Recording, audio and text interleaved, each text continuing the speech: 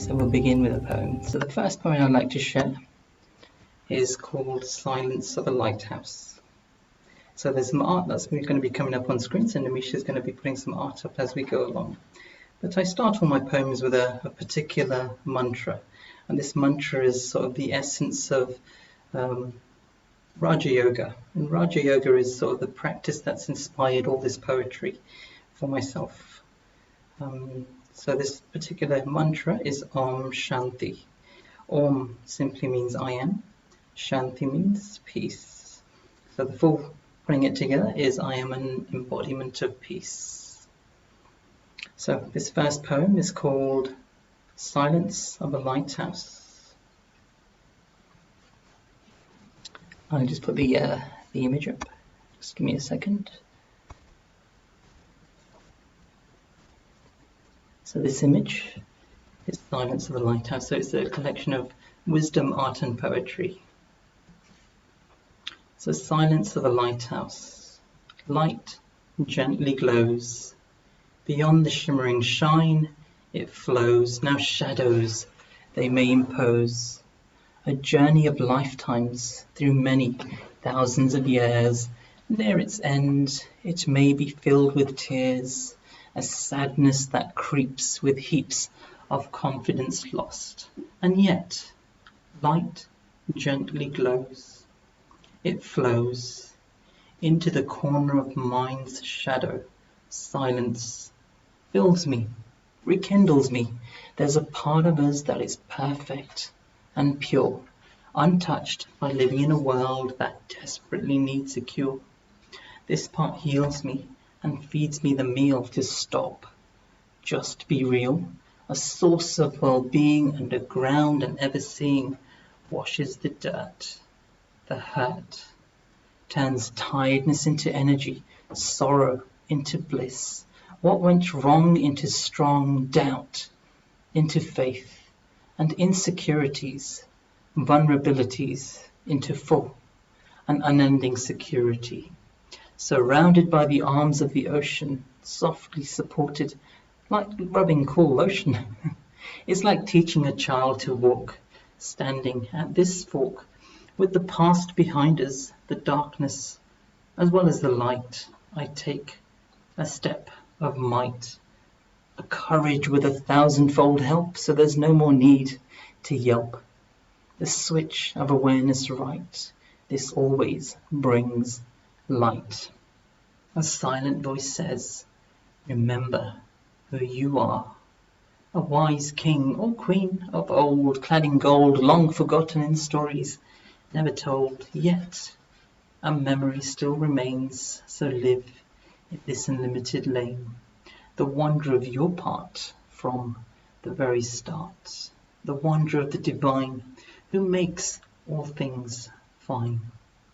The wonder of this world drama, perfect, accurate karma. So remove all grief and live with this relief, this self-bliss belief. Let it bring eternal benefit. Om Shanti. So that was Silence of a Lighthouse, the first poem that was inspired. And just a bit of brief story behind this practice of Raj Yoga meditation for me has been, I've been involved in that from quite a young age. But for now, I went through a few challenging situations, and this particular poem just came while sitting in meditation. So it's one of these sort of things where we sit, we be present, and we connect ourselves to a level of creativity that we don't even realize that's there, rather than trying to intellectually find the answers or be creative. It's all about being open, present in a space. And this is what Raj Yoga is all about. It's all about having the balance between our external and our internal world. So I'll do a quick little meditation to go with this. It's a good way just to arrive to this particular talk. So all 20 participants that are here, welcome. I try not to use too much music because music is a facility that we can use. However, Meditative meditation is a mental state that we can cultivate and use. Music helps to relax. However, it is ourselves that have to make the effort to create the meditative mindset. And we do this simply to be relaxed to begin with. So to begin with, just find a comfortable seat, lengthen the spine. So the taller we are, we open space in our bodies for energy to flow better. As you exhale, just roll the shoulders back and down, maybe lifting the crown of the head up towards the ceiling. So we're taking our awareness inwards. So if you wish, you can close the eyes or keep them open. It's your choice. And then just bring your awareness to your breath, keeping the abdomen soft. Maybe placing your right hand on the abdomen if you wish. So on the inhale, we're just going to inflate the abdomen, making it really big, inflate like a balloon. And then as we exhale, we're just sucking the abdomen back towards the spine. As we inhale, inflate. And then exhale to bring the abdomen back towards the spine. So taking a few long, slow, deep breaths here. Enjoy a few breaths. Just enjoy your own company.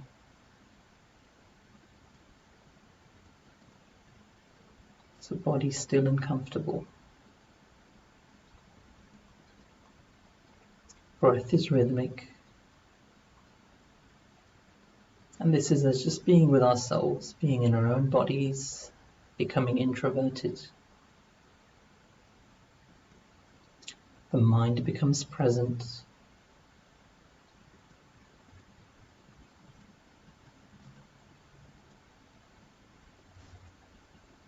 Breath is rhythmic.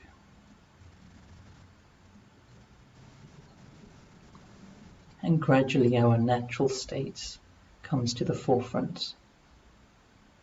The mind is filled with a sense of appreciation for the present moment that we have to enjoy.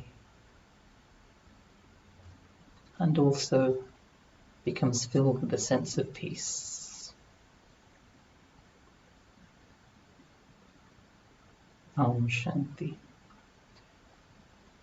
So it's very easy just to come into this sort of state. So during our days we can be very busy with so much information and connectivity that we have these days. But in an instant we can become centered and focused on ourselves, making a connection to ourselves, becoming introverted. So we have a balance between our introversion as well as our extroversion, because creativity comes from an introverted space.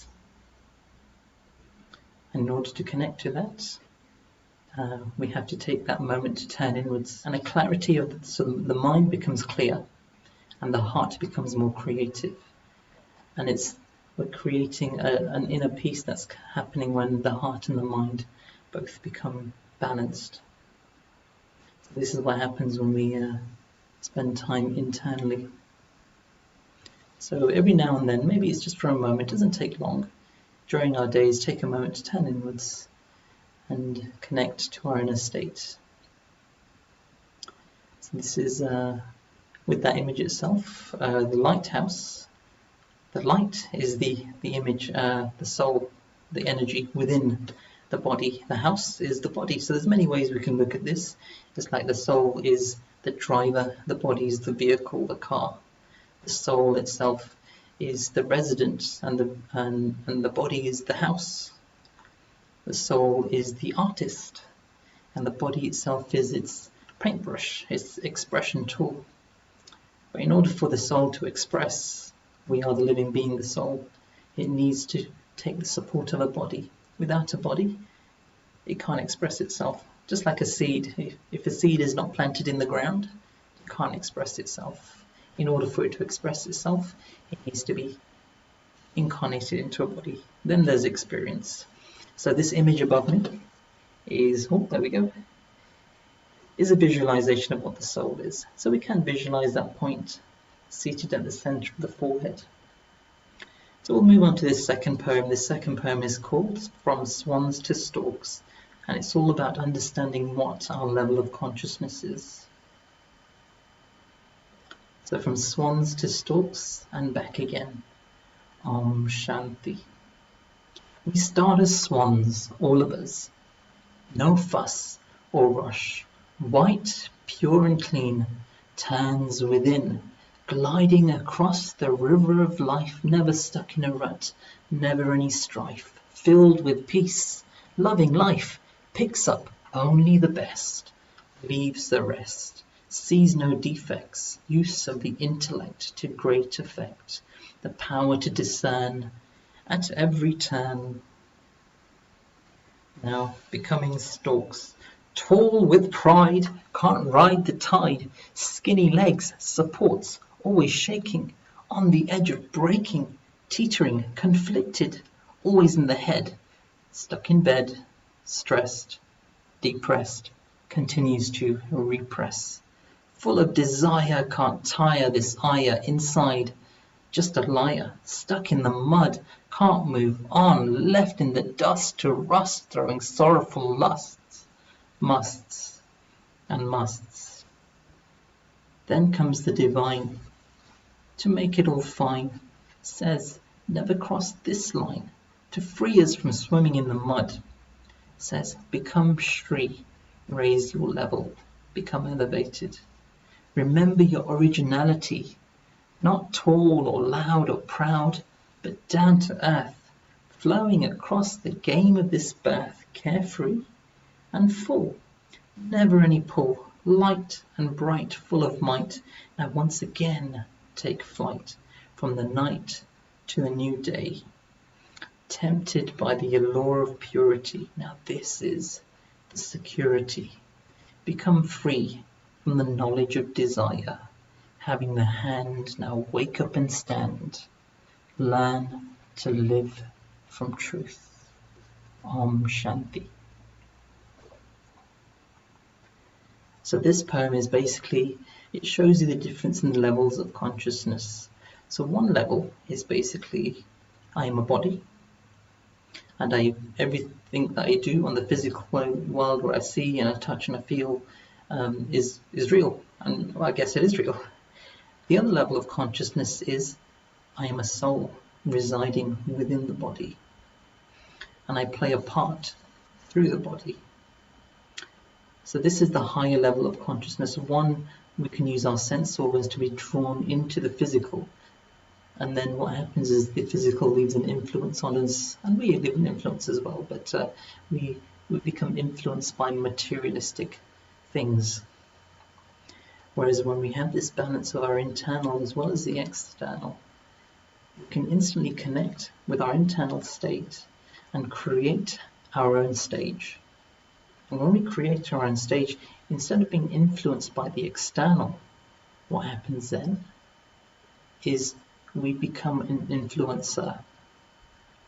So it's like saying, in one consciousness, the one of the stalk, let's say, is our mentality is what's going on around me, and how is that making me feel? What's the situation? How does that make me feel? What's the situation? How does that make me feel? So there's an influence. Whereas when we have a balance between our internal, it's switched around. It's like, how do I feel? Really making that strong, peaceful, loving, and then what's going on? Then what's going on around us? This is leaving a vibration, an influence. So a bit of a breathing exercise. Again, I invite you to join in with me, but if it doesn't feel right for you, then you can just observe if you wish. So it's the sense organs of the body, taste, touch, smell, sight, and hearing. They actually can draw us into the physical and into materialistic awareness quite easily. A meditative mindset, to have a balance between that, we have to learn to almost close the gates of these physical senses so we can understand the peaceful nature, the natural peaceful nature that's going on inside. So just a little experiment, if you wish to try with me, is physically shutting down the senses. So just observe to begin with, and if you wish to try, we'll just do this for like 10 seconds or so. is with my thumbs, I'm just going to gently place them over my ears. These two peace fingers are just going to come over my eyes. I'm just going to slowly, not completely not breathing, but just over my nose and keeping my mouth closed. Bringing the awareness inwards and just have a sense of what that feels like.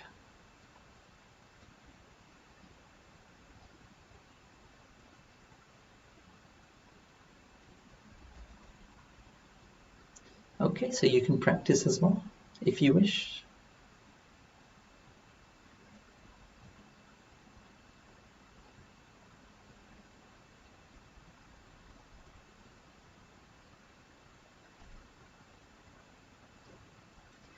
And you can release, so you can release when you're ready.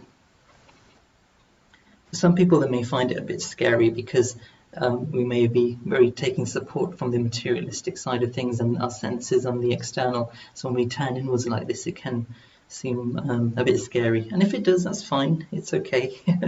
No worries. But when we get comfortable with this, what happens is we're connecting, or we're getting a sense of the soul within the body. A natural, peaceful environment starts being created internally. So when we are sitting in meditation, whether we're closing our eyes or keeping our eyes open, this experience allows us to, well, we can use our senses, however, we're not drawn into the senses. And this is what this higher level of consciousness is in meditation, within Raj Yoga, where we are aware of the senses, however, we're not drawn into them as much, but in control. So the word Raja means king, and yoga means a connection.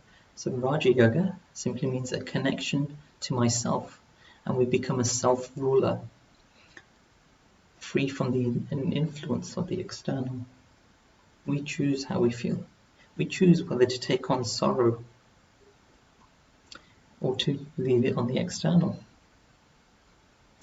This is the higher level of consciousness. So we're going to take it a little bit further this time around. So the breathing exercise is called Humming Bee. So my yoga friends that are here, they probably know this activity. Once again, if you wish to do it, you can do, just to get a sense of the soul within the body. If you don't want to do it, then just simply observe again. So it's the same exercise. Observe to begin with. Ears, eyes, nose, mouth is closed. And then all we're going to do is take a deep inhale and then hum. See what that feels like on the inside. So I will do it once to begin with, and then we'll do it 3 times together, if that's okay. So just observe what's happening to begin with. So taking an inhale.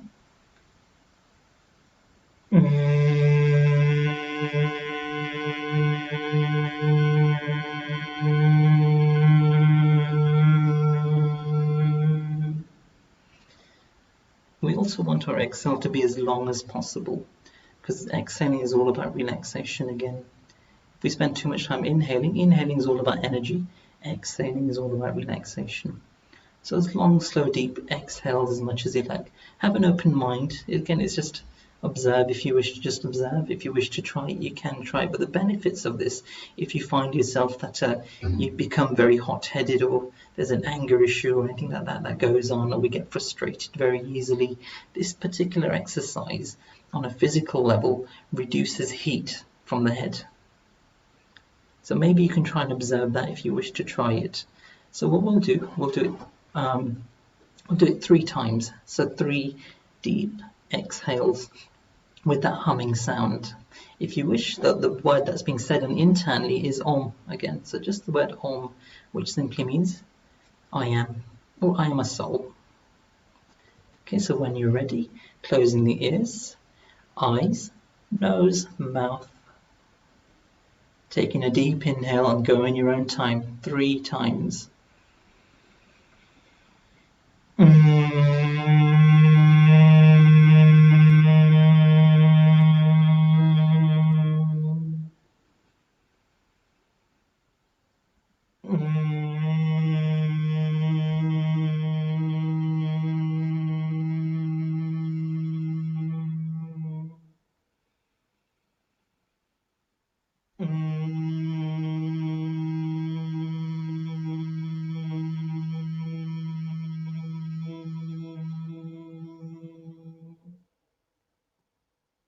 So release the arms down once you've done 3 breaths. Just observe what's happening around the ears. Observe what's happening around the nose, the eyes. Just observe the senses. So I am the soul, observing the body. You could keep your eyes open or close your eyes, it's your choice. So on a physical level, if we have issues of anger or frustration, this simple exercise, I know it might seem a bit strange, but this simple exercise we can do to help our heads become a bit cooler. Sometimes what happens, our energy switches around, our heads become hot and our hearts become cold. So we have to switch the energy around where the heart stays warm and the head stays cool. This simple breathing exercise helps with that. So this is the higher level of consciousness, the soul. I am a soul playing a part through the body. The soul itself has a home. At the moment, the body is a home, but when it's not in the body, it has a physical space that's beyond the realms of time. So within materialism, 4 dimensions, 3 dimensions of space, and the 4th dimension is time. So space travels through time, being the dimensions of the material world. Whereas the soul itself is immaterial. Vibration. The vibration of the soul is different, it's non-physical, it's an energy, but it's a non-physical energy. And in the same way, there's a whole non-physical world that we can connect to. So this next poem is all about connecting to this non-physical world, but also the resident of this non-physical world. So this poem is called Value and Relationship with the Divine. So Nimisha's just putting up the artwork for it. There we go. Value and Relationship with the Divine. Om Shanti. The calls of millions are cast, heard by the Master at last. So comes the supreme, the highest cream of cream, tells the story that goes around and around, but also offers a crown. Says, remember who you are from my land, far, far, beyond sorrow and joy. I am your mother and father, the mother and father of the soul, not the role. I offer you safety and security, fill you with spiritual maturity, reveal the treasures within, so you never go thin. Above all else, I love you. You are the stars in my eyes, the stars of this earth, my living legacy. I am your teacher. I give you unlimited jewels and decorate you. This treasure store is for all, so you can stand tall while facing it all and never fall. Remain on your feet through victory and defeat. See this world stage like a wise sage, appreciating its beauty. However, remain free from the temptations of cuties and fruities. Every scene a test paper to see your lightness or your labor. However, remain free. I always fly in the sky with thee. If you fall, then you're gonna have to crawl. It's always your choice.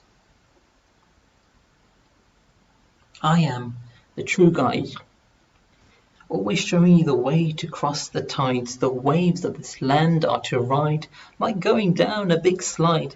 So consider to follow my instruction. Help with the reconstruction. I will keep you safe from destruction. From butter, stone to bodice divine. Fill yourself and then give and give more. Spread my light and love to all souls of this world. This is the security that brings spiritual maturity. Om Shanti. So when this particular poem came, it was I think there was tears. There was tears in my eyes, because it's knowing and understanding that actually there is a higher energy that loves us. There's an ocean of love that we can all connect to at any point. But in order to connect to this ocean of love, firstly, we have to be at the right wavelength. And the wavelength is soul residing in the body. If our wavelength is wrong and we're caught up in the materialism, we don't have access to this connection above, because we're drawn into the external. But when we make this connection inwards, the next stage is this connection upwards. Now, whether you see this divine being as God or a benevolent force of the universe, however you see it, whether personally, it's a connection with the divine.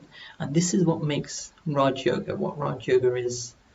Because in India, I love yoga in all its forms, the Hatha Yoga, the Raja Yoga in all its forms.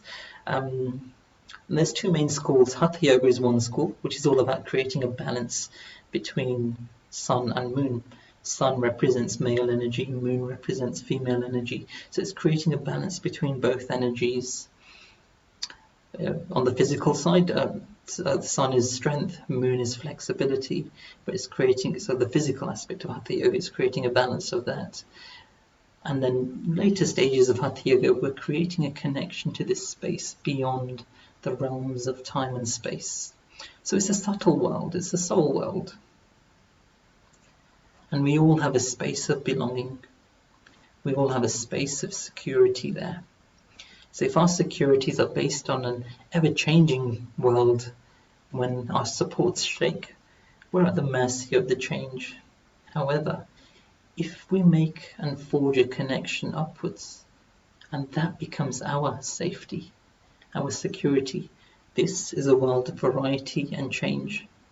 Whereas that world is a world of equality, and it never changes. This is why it's a healthy support to make. Here, everything changes. It's like supports of sand. Whereas that connection upwards, it's a healthy support, because it's a space of belonging for every soul. It's a home. And in the home, making this connection to the mother and father of the soul. So the body has its own mother and father, but they can't be our mother and father all the time, because they have their own different roles to play. Whereas this mother and father, so this image is the image of either soul, but it's also the image of the divine. And this image of the divine making a connection, soul, to the resident of that land, and the supreme soul. This is what Raj Yoga is, considering ourselves to be a soul and making a connection with the divine. Hatha Yoga, we're making a connection to the space beyond. Whereas Raja Yoga, we're making a connection to the spiritual divine being of that land. So one is physical yoga and one is spiritual yoga. So just making the clarification between Hatha Yoga and Raja Yoga. One is making a connection with the spirit, and one is making a connection to the space. But personally for me, I practice both. Because I see benefit in both, and I practice both. But in India, it's recognized that Raja Yoga is the higher form of yoga. Just so we're aware. Anyway, so to the next poem. This one is called The Natural Nature Cure. And Namisha's just putting the artwork for it. There we go, Natural Nature Cure. So nature and this world and the benevolent force of the universe is actually serving our best interests. They don't serve our greed, but they definitely serve our needs. So this is the natural nature cure. Om Shanti. Hurt is caused through dealings of desire. It brings out an unpleasant feeling, the head reeling, downtrodden and ceiling, too low, never zealing. The cure of nature starts with the earth. This mother surrounds and tolerates, so we can recreate. It starts with honesty and requires a lot of modesty. However mean, she only cleans. This is her nurture and nature. She passes us to water, who washes away the rorter, cools down the heat. Rorter is a made-up word. It simply means raw emotional feelings that create cyclic thought patterns. Cools down the heat and then brings us out of defeat. Then puts us back on our feet. Gives clear sight so there's no more need to fight. Then comes fire, the one who frees us from desire. With his gentle glow we relearn to flow, seeing only the best in all of life's tests. It transforms the attitude to one of only gratitude. So we're no more a slave to the past, only peace at last. We move to air a judge that's just and fair, with total care the needs are now nowhere. Lifts the heavy burdens and shifts us for certain, helps us take flight beyond to a world of light. Ether. Above space-time and all creatures. Here the spirit is filled, refined and then milled. All old illnesses dissolve, but all problems solved. Your inner treasure revealed within this bliss field. So now you know you are totally healed. So play the part from this new start, rooted in your truth, never looted of your truth, ever living from truth. Om Shanti. So we'll keep this image on for a moment. So I just want to explain this image very quickly because, as you can see, it's there's five spots, and each spot represents an element of nature, and each element has its own healing energy. So the earth, right at the bottom, and each element actually we have a relationship with. So as we know, the earth is our mother, Mother Earth. And the relationship for healing there is, however dirty a child becomes, a mother first only just cleans, tolerates and supports the child. So if we have gone through some traumatic experiences in the past, when this particular poem came, at the same time my own personal process of healing came about. So I'm going to very essentially share that with you with each element. So the mother, firstly, it's all about self-reflection, creating a balance between our minds and our hearts. If there's an imbalance, like the head is wanting to do one thing, but the heart is wanting to do something else, there is dishonesty inside, and that dishonesty creates friction, and we're not in a peaceful state, we're in a state of internal war. So firstly, this step is a step of self-reflection. What's going on in my mind? What's going on in my heart? And being very clear and just acknowledging everything, whatever's going on. And it takes a level of honesty and a level of modesty to be able to do that. If the ego creeps up, then we're not honest. The ego makes us dishonest. Water. For me personally, this is like a relationship of a sister. If you had an older sister, one who's always a loving sister who's always cared, may not be the case these days in the world, but a sister that's very loving and caring and supportive. And this term washing away the rorter. Rorter is thinking that does not serve any helpful purpose. Worrying, any thoughts that create a waste in the mind, and our energy is wasted in that sort of way. So that's what rorter is, or going over particular situations in our mind over and over and over and over again.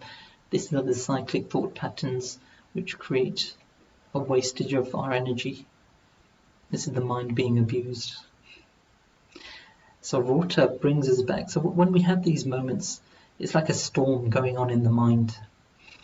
And when there's a storm going on, we've got to learn to go to the center of the storm.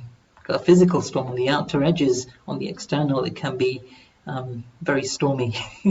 But at the center of the storm, what's it like? The center is still. The center of the storm is silent. So this is all about detachment, almost detaching ourselves from ourselves. So I went through a process of talking to Bhavesh, the role, so the soul talking to the role, and really developing a loving relationship with the self. It's like, so how's Bhavesh feeling today? Oh dear, Bhavesh is not feeling very happy. So the soul comforts Bhavesh. So doing this exercise made a very clear understanding inside myself of how to have a valuable relationship with ourselves, because then all of the relationships that we have on the external is actually a reflection of our relationship with ourselves. So water washes away the raw feelings. Fire. So the next one is fire. Whatever's put into a fire transforms. It changes its form. Now I work as an outdoor pursuits instructor, and one of the activities we do is bushcraft. So I'm working with children and starting little fires for them, and we talk about putting fuel in, dry wood, and then we watch it turn into charcoal or ash or all the different things it turns into. So whatever's put into a fire transforms. So this energy of whatever hurt there was in our past, have we learnt lessons from it? Or are we still living with some sort of regret? So fire changes our attitude, changes from somebody that was hurt to someone that has gratitude, because we would not be where we are today, experiencing what we are experiencing, if we never went through those experiences of the past. This is gratitude. But it also allows us to bring peace to our past as well. It transforms the feelings that we had for our past. We're able to put a full stop and to bring peace to our past, to such an extent that even if we were time travelers and we could go back in time and change the cause of our hurt, we wouldn't. If we would, then there's still a scar in there somewhere. So if our past brings pain to our present, then there's a scar. Some people become scarred for life.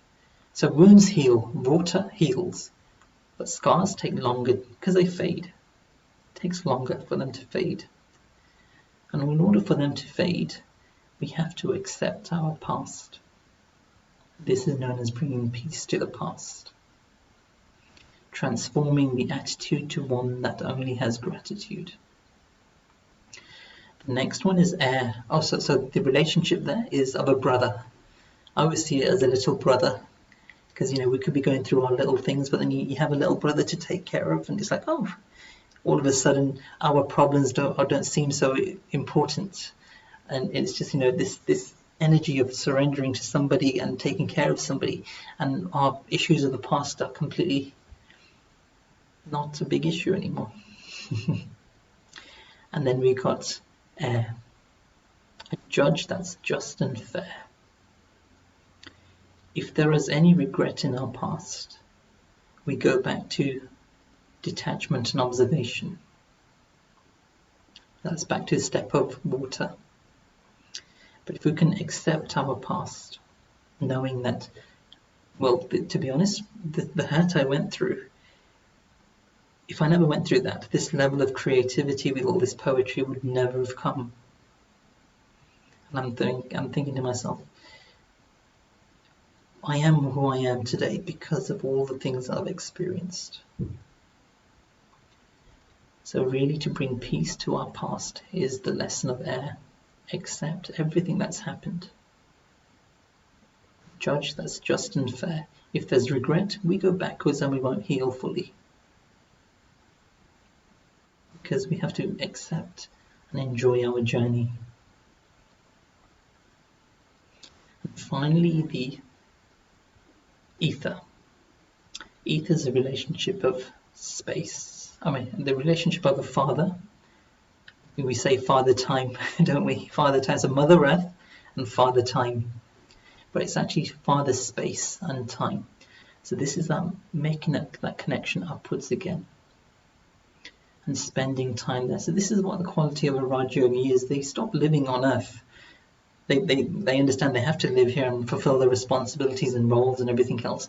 But at the same time, their security is beyond. They belong beyond to the sky.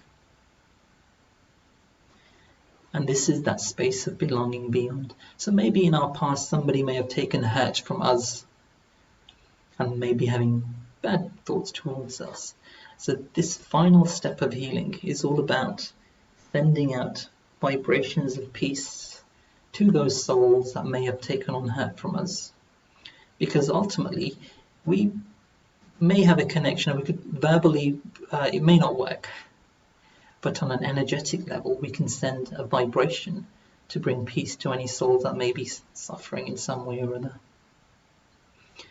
But in actual fact, the way this works is I just need to make my connection upwards to the divine, to the father and mother of the soul. Because this connection on a physical level, it's broken. But my connection to the Supreme is there. And then the Supreme has a connection to every other soul. So I simply have to use the Supreme to send energy there for any healing to happen, if there is healing. So this is natural nature cure. So I'll move on to the next poem. Sorry, lots of talking there, but I thought it was a good one to share a bit of wisdom. This one is called The Study to Die Alive. Om Shanti. In a school we learn many tools so we can rule and never be fooled.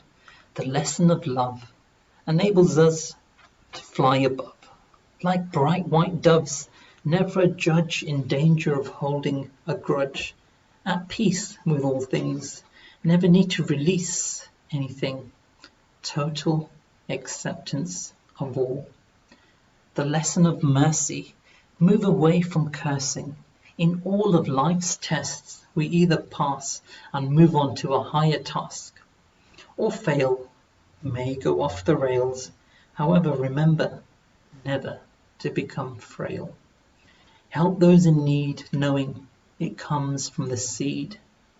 Don't get trapped in lust, it will make you rust and then leave you in the dust. The lesson of detachment. Now this is the backbone, so we never get dethroned, free of the body, the role and the part. Every moment, each moment, a new start. Ever farming new fruit, which can never be loot, because it's never been mine.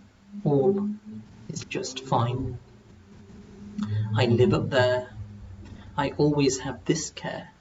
Living in this world, but knowing I'm actually from another world, where there is infinite happiness, a living lightness. So now you know you have arrived. We have all died alive. Om Shanti. Just sharing a bit of wisdom behind this poem. There's two worlds, the physical world and then the spiritual world. I've briefly touched upon this earlier, but the physical world can be seen like a school. All our interactions in our lives, all challenging things that we can, tests that we face can be seen like your tests, examinations to help us become more spiritually mature. So the physical realm is a school, whereas our home, the home of the soul, is this subtle world beyond.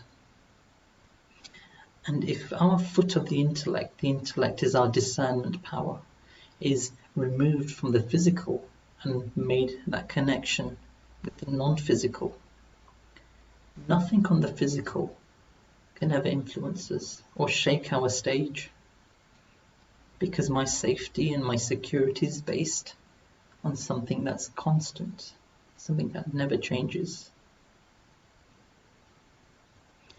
Then we can be peacemakers and send a vibration of peace into the world, because this is what's needed more than anything else these days, is to be able to send a vibration of peace. We can get caught up in the situations and add to the anxiety of the world, or we can be peacemakers. But in order to be a peacemaker, our security is not based down here. This is the sign and the quality of a Raj Yogi. They don't live here. They see this as a school, a place of study, a place of learning, a place to grow, or like a story or a grand drama that's being enacted. The world above is our home. This world is a gift. So the quality of a Raj Yogi is an impartial observer, or the quality of yoga fully is being an impartial observer, impartially observing everything that happens, free of creating opinions. We can become very opinionated and want to change things on the external, but then that sort of leaves a level of oppression.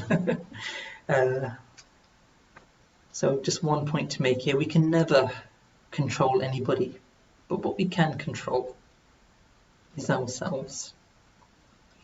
If we can control ourselves, what we can do is leave an influence. If we try and control physically, then sometimes it works, sometimes there's a clash of personalities. However, what will always work is when we make this connection upwards, live from that space. This is the quality of a Raj Yogi. This is the only qualification of a Raj Yogi. They live from that space. And it's that space, the energy of that space, is brought down into the physical.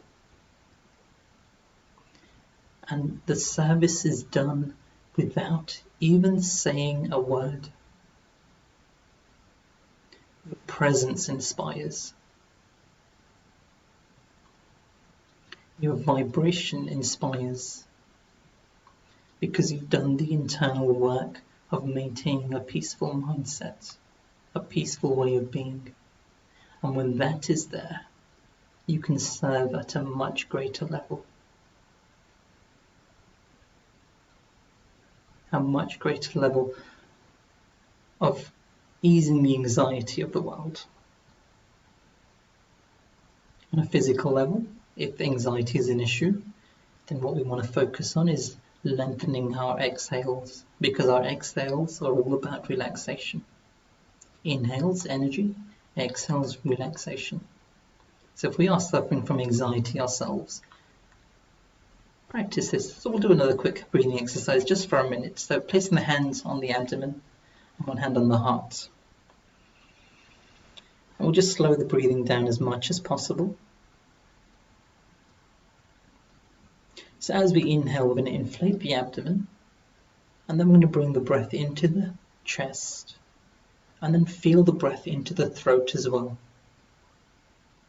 into the shoulders as well. And then as you exhale, throat, shoulders, chest, sucking the abdomen back to the spine. Inhaling. Exhaling. Slow the exhale down as much as possible. Inhaling.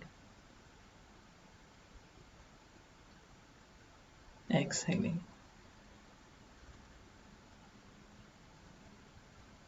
Inhaling.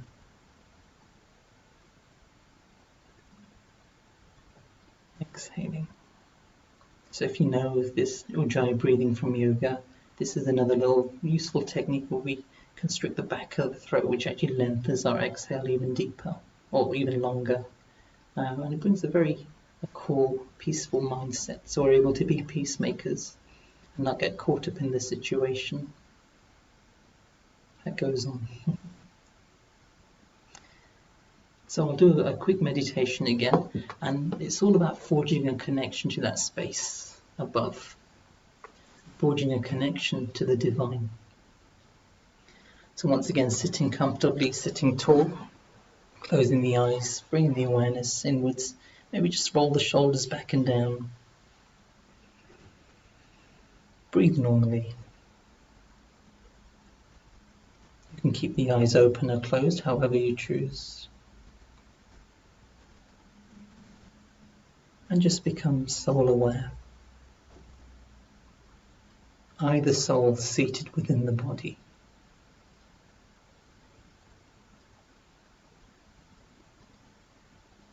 Experience the peace, the natural gift of the soul. Experience Om Shanti.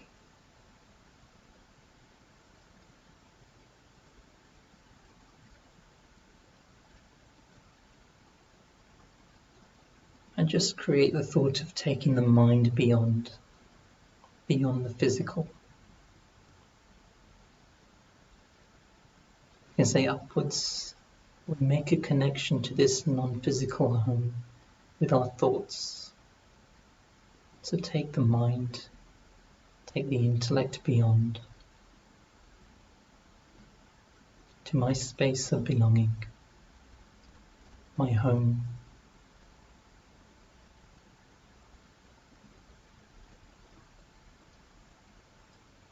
And in this home, I am completely secure, completely safe.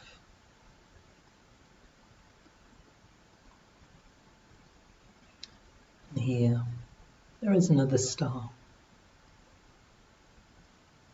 a divine energy. And I make a connection to this divine energy, like being in front of the sun, simply absorbing the rays of this sun. This sun gives equally in all directions. And it's my choice to be open to receive whatever that comes.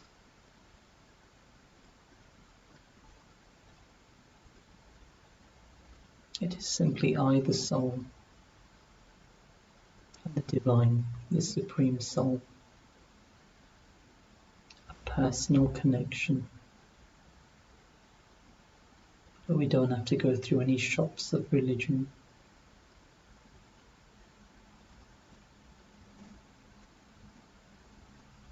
This is spirituality.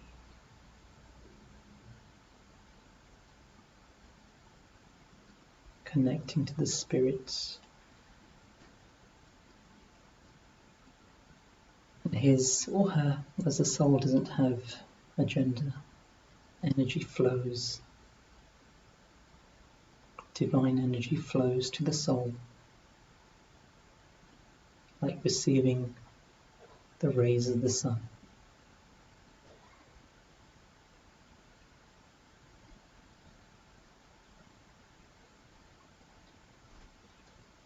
And I can connect to this space at any point in my life, any time, to feel safe, to feel secure.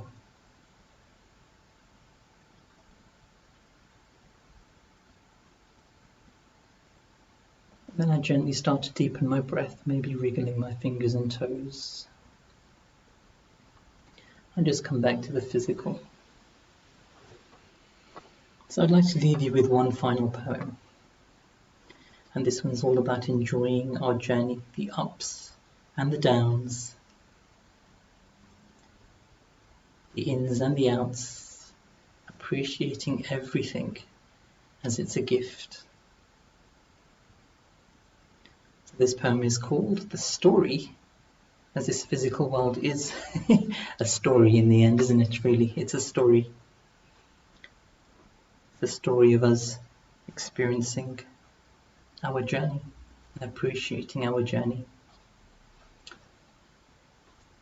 So this poem is called The Story of Light, Darkness and Enlightenment. Om Shanti. When we first arrive, there is only light, a happy freedom, only bright, a life of liberation, no need for countries or nations. Nor I or mine never crossed this line. Just purity, an innocent, natural maturity, a silent clarity that inspired creativity, growing without even knowing, only just flowing, authentic and true. Then came the fall, where we slowly lost it all. First comes ego, from harmony to creating harmonies. This brought the notion that marked the start of devotion. Began the frown in the head going around and around, with many more advisers, but none the wiser. Then struck desire, making us walk a tight wire, brings out the liar. One who suppresses over old distresses, brings out new messes.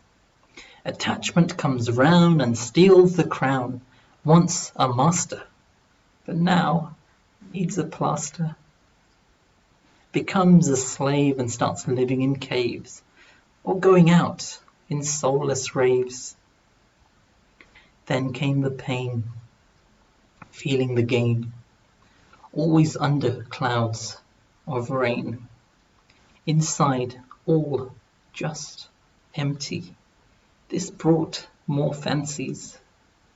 Finally we cower, lost our original power, locked in this hole, unable to know the soul from the roll, like a mole, digging a bigger and bigger hole. Then came the Supreme, who brought his whole team, an army of salvation, wipes out all nations, tells the story of creation, gives the life-giving herb so we never get disturbed. From falsehood to truth, picks up our tire, and then brings the stage to retire. From slave to master, moving ever faster, living in this small age, letting go of any rage. We learn to cooperate in a world where it may be too late. We learn to tolerate with the strength of the great. From stone that only neglects, knows only rejects, to the divine, looks within, reminds, to stay kind, always refines. Om Shanti. So enjoy our journey. So just take a moment to turn inwards again. No commentary, no nothing. Just absorb whatever we need to absorb. Just for a moment or two.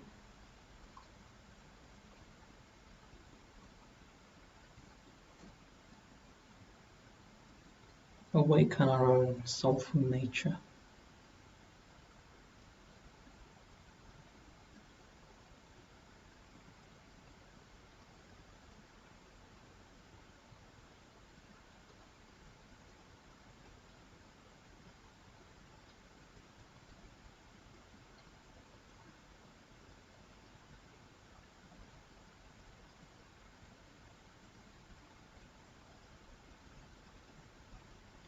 Om Shanti. Namaste. So, I hope you enjoyed this and you had a relaxing evening of relaxation and rhymes. Just a little thing that came to me earlier today. It's an evening of relaxation and rhymes. So moving forwards, if you enjoyed this, I've been given the opportunity to do a fortnightly creative yoga session. So maybe a bit of gentle movement, breathing exercises, meditation commentaries like this, but it'll be a bit more interactive. This was more like almost like a show. Same login details if you wish to join on a regular basis. It'll be happening every fortnight. So let me just tell you the next few dates. 25th of April, 9th of May, 23rd of May. So those are the dates for these creative yoga sessions that I've been given the opportunity to share wisdom, to share poetry, and little tips and tricks that we can use to help maintain a creative, a clear, and a peaceful mindset. So most welcome to join in with that, and it's all going to be done through Harmony House here. So that's future events. If people want to get access to the book that's been published so far, then that can be done. It's on Amazon, so you could just type Oceans of Love on Amazon, it should come up. If you wish to get a signed copy from myself, then connect with me afterwards through social media, whether it's Instagram or Facebook or something like that, and then we can sort out the details there. Okay, so thank you very much. Hope you enjoyed this evening. Namaste.